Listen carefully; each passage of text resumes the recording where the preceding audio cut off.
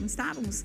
E eu fiquei muito feliz agora para saber que essa pessoa que vai estar aqui comigo é de Guaraçu, do ladinho da minha terra onde eu nasci, que foi em Astorga. Eu fico muito feliz de ter essas pessoas com a gente. E a mãezinha dele também está aqui acompanhando. E é uma história de vida muito bacana. Mas essa história vai ficar para outro dia, sabe por quê? Porque hoje a gente vai falar sobre esgotamento mental. Esgotamento físico, mental, emocional. Você sabia que tudo isso são características de uma síndrome? Pois é, você que está me assistindo, tá se sentindo assim? Cansada? Sem vontade para nada? Porque não é só quem trabalha fora que tem essas situações. Quem trabalha em casa, vive o dia a dia, que é um serviço duro também, tem essa síndrome de esgotamento. Que eu vou falar uma coisa, hein? Cuidar de casa, de marido, deixar tudo em ordem, cuidar dos cachorros e dos filhos, rapaz do céu, você tem que ser 1001 utilidades. E é por isso que eu vou falar com ele, com o Hugo, que está aqui comigo, psiquiatra, e ele vai me ajudar com todas essas situações. Que eu vou falar uma coisa para você, hein? É complicado, não é, Hugo? Sim, Kelly. A hora que atinge, que é síndrome de burnout, o esgotamento mental, né, devido ao excesso, à exaustão de trabalho atinge, muitas vezes a pessoa perde a direção. Agora, não sabe o que fazer. Nós não vamos perder a direção, não, nem vocês. Então a gente vai sentar para conversar um pouquinho mais. Pode ser, Hugo? Claro. E aí, gente, o Hugo tá aqui. Falei para vocês que é meu conterrâneo, lá de Guaraçu, agora tá morando aqui em Maringá. A mãezinha tá lá no fundo. Como é o nome da mãezinha Mariana. mesmo? Dona Mariana tá aqui. E a gente veio trazer para vocês esse assunto muito bacana. Eu continuo morando lá em Guaraçu. Você mora em Guaraçu ainda? Eu atendo nas cidades da região. E mora em Guaraçu ainda, tá vendo? Se formou médico e tá morando em Guaraçu ainda. Isso e mesmo. Olha, um ótimo psiquiatra que vai falar pra gente sobre esse assunto, que Isso, realmente trava as pessoas, né? Essa Kelly, essa exaustão, né? Esse excesso relacionado ao ambiente de trabalho faz com que as pessoas, devido à jornada exaustivas, muitas vezes faz aquele excesso de horas extras e chega naquele esgotamento, né? Muitas vezes o chefe que cobra uma pressão psicológica muito grande. E daí ele começa a ter sintomas de ansiedade e depressivos que ele não consegue mais fazer aquilo que ele sempre fez. Agora, Hugo, como que ele consegue perceber que está começando com isso? Porque assim, quando a gente percebe certas situações, você já está num nível alto. Sim, ele vai tentando, né, lidar com aquelas dificuldades, com aquilo que vai gerando exaustão, só que ele só consegue perceber quando ele tem a ruptura e ele não consegue mais fazer. Começa a ter aquela ansiedade antes de ir para o trabalho, então vai chegando ali aquele horário de ir, né, que ele vai se preparar para o trabalho, já começa a passar mal, a sentir aquele mal-estar no peito, aquela falta de ar. Não quer ir trabalhar. Não quer ir trabalhar, não tem mais prazer naquilo que sempre deu prazer, né, Kelly? Aí você já percebe que o sinal de alerta já acendeu. Sim, e daí começa a ter alterações de todas as outras funções cognitivas, né, da pessoa. Ela começa a ter alteração do sono, ou ela quer ficar muito tempo dormindo isoladinha, ou insônia, altera o apetite, né, ela come demasiadamente. Ou de menos. Ou de menos. Então começa a ter aquela anedonia que a gente fala, que é aquela desmotivação para fazer aquilo que ela sempre quis fazer. Então ela não tem vontade de sair com a família, não tem vontade de fazer hábitos do teu cotidiano. Muitas vezes até sua autoimagem, não consegue fazer seus autocuidados porque ela não está tendo prazer em nada. Ela se larga. Ela se larga porque ela chegou no sintoma, no nível de estresse mais elevado. Agora a gente está falando de profissões, né? A pessoa está em casa, não quer sair para trabalho, mas e quem trabalha em casa? Porque a gente sabe que é uma rotina estressante. Sim. Porque você faz tudo em casa, né, gente? Vamos falar a verdade. Você que está me assistindo aí, você, até o marido mesmo. Nossa, hoje você não fez nada e está cansada por quê? É isso que você fala. As pessoas também, que são empreendedoras do lar, também passam por essa síndrome? Sim, muito. Porque com esse advento depois da pandemia também, né, que os home offices, mas além dos home offices, o próprio trabalho, né, aí da mulher, da dona de casa, é muito exaustivo, repetitivo. Repetitivo. Né, de fazer sempre a mesma coisa. Muitas vezes é igual que a gente sempre ouve, né? Ninguém tá valorizando. Não, ninguém valoriza. Ninguém valoriza a mulher na hora que tá lá limpando e fazendo aquela mesma atividade. Então, muitas vezes ela se vê numa situação que não tá tendo valor para nada, que aquilo que ela tá fazendo não tá te trazendo nada de realização, nem pessoal, né, profissional. Não é mais prazeroso. Não é mais prazeroso. Mas aí, Hugo, o que a gente faz? Por exemplo, eu já me identifiquei. Eu tô nesse nível onde não dá. Não dá, tô indo amarrada, não quero mais fazer nada, as coisas em casa tá tudo largado. qual é o próximo passo, o que eu tenho que fazer para eu me ajudar ou a pessoa que está em casa comigo ajudar essa pessoa. Kelly, é muito importante buscar ajuda profissional. Por quê? Porque foi identificado que é uma doença, né? Então é importante procurar terapia psicológica e um atendimento psiquiátrico quando necessário. Mas o que é mais importante a gente entender? Que muitas vezes não é a pessoa mesmo que reconhece, porque ela está adoecida, Kelly. E quando a pessoa está doente da mente, muitas vezes ela não consegue ter não percebe isso e ela não consegue saber qual o caminho, o que eu vou fazer para sair disso. É aí que entra os familiares para direcionar para um psicólogo, procurar uma UBS, né, para um atendimento, para um primeiro atendimento.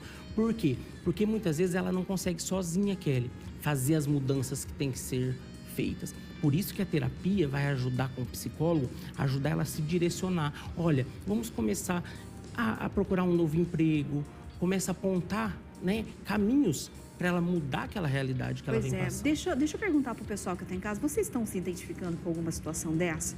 Vocês conhecem alguém que está passando por alguma situação dessa? Produção, coloca o nosso WhatsApp na tela. Coloca o nosso WhatsApp na tela, que eu vou deixar ele aberto aqui também, porque se você tiver alguma pergunta, manda para mim, que eu já vou passar aqui para o Dr. Hugo aqui, porque igual ele falou, as pessoas que estão adoecidas não têm noção. Não tem noção. Só que também, Hugo, eu posso estar errada. O pessoal do YouTube também, tá, gente? Pode mandar também, que daqui a pouco eu abro. Eu posso estar errada, mas quando a gente está doente, a gente não quer ajuda. Não. É muito difícil a gente querer ajuda. Sim. E aí? Você não se enxerga e você não vê a nossa mente adoecida, Kelly. Ela não enxerga a possibilidade de que aquilo vai ser mudado. É como se você entrasse num beco sem saída e não tivesse mais solução. Por isso que, infelizmente, né, acontece casos aí, não vamos falar no extremo, pessoas que chegam até o extremo do suicídio. Porque a nossa mente adoecida, Kelly, ela não consegue enxergar, pela alteração que a doença faz, ela não consegue enxergar possibilidades, ela vê tudo sem saída. Então, assim, isso conforme na evolução aí da doença. Mas é muito importante que os familiares, a rede ali de apoio dela, a pessoa esteja atenta. Peraí, mas por que a Kelly não está mais saindo de casa? Por que ela não está mais conseguindo ir trabalhar? Por que ela está tendo que procurar sempre atendimento ali no posto de saúde falando de uma dor de cabeça, que sintomas de dor é muito comum pelo esgotamento? Sim, Kelly, principalmente porque tem alteração do sono também, né? E aí desregula tudo o organismo. Desregula tudo, até hábito intestinal, Kelly, dores de estômago. Quantas e quantas pessoas que procuram ajuda comigo, depois de já ter passado em gastro, porque fez ali uma endoscopia, e daí não é problema gástrico, é o excesso de estresse que acaba liberando mais ácido no estômago e acaba dando a dor. Mas o problema está aqui.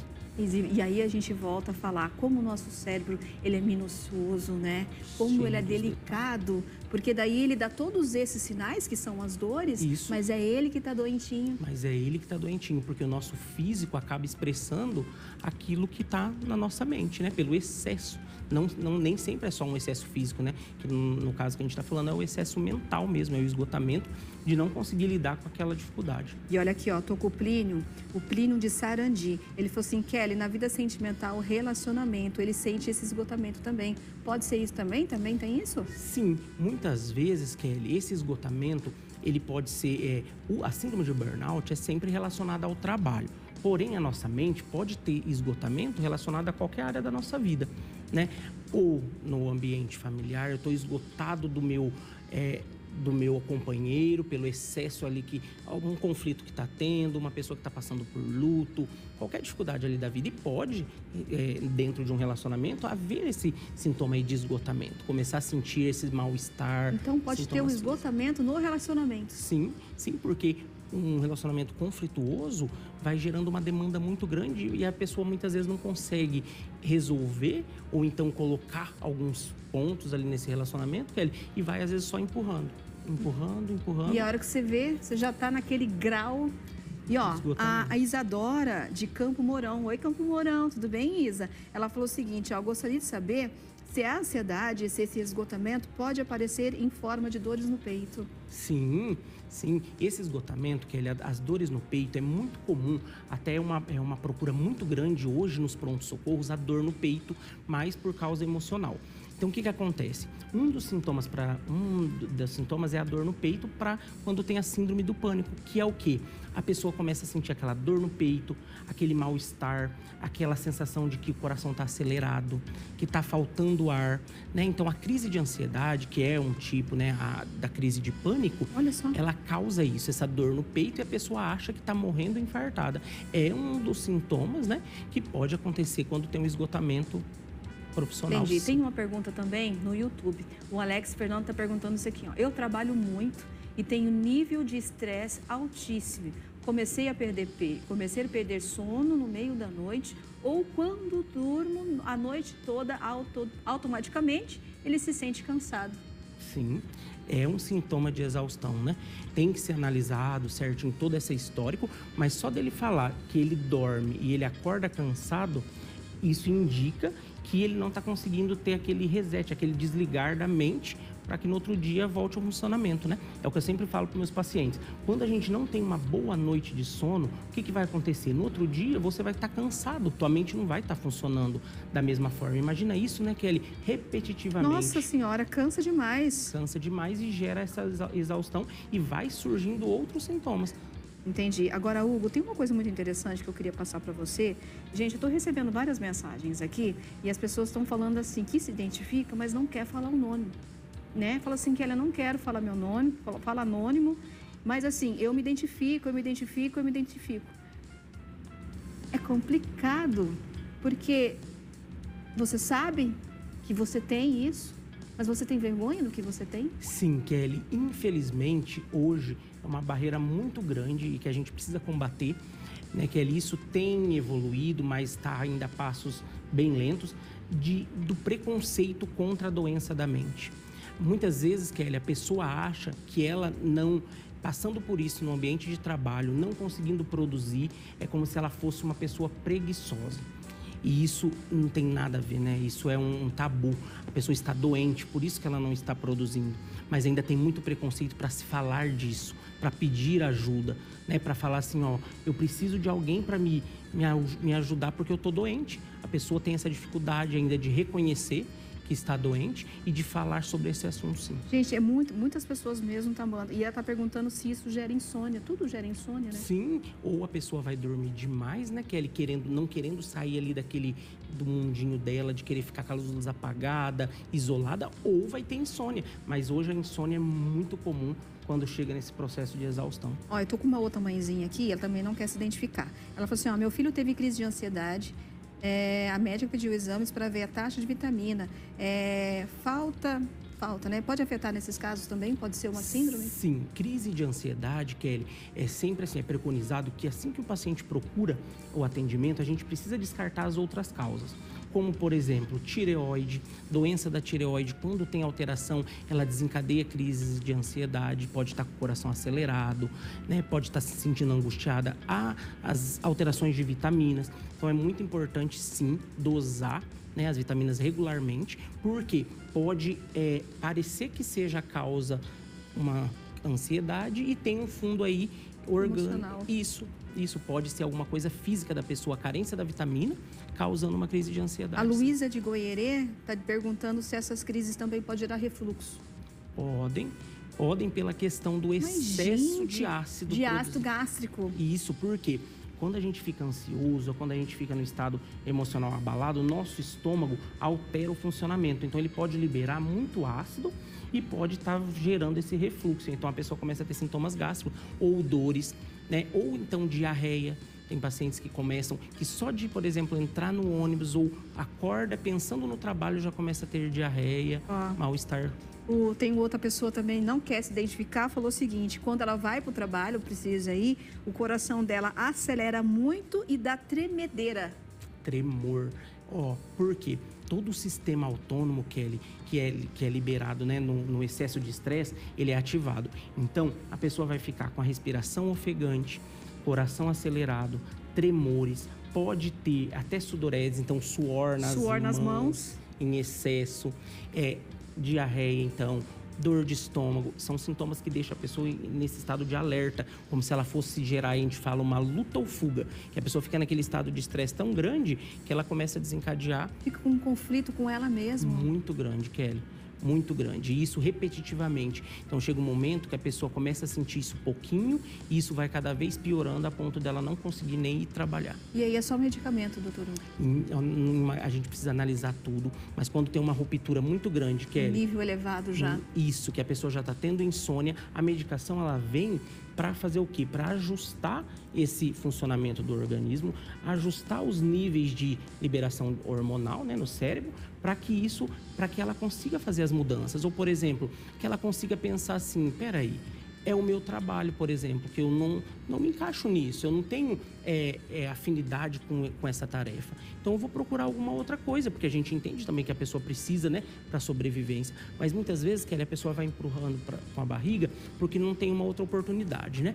Mas a partir do momento que ela começa a se sentir melhor e entender que ela precisa mudar para uma outra profissão ou procurar um outro local que seja, né, adequado ao que ela pensa, o que ela tem de perspectiva de vida, ela começa a melhorar, porque ela começa a ver outras alternativas.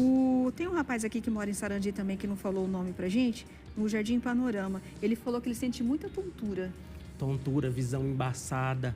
Muitas pessoas relatam, e esse é um sintoma muito comum, a pessoa se sentir tonta, como se tivesse ali uma labirintite, ela vai movimentar, ela tem essa tontura, a visão parece que fica turva, ela só enxerga às vezes limitada, até muitos procuram até oftalmo.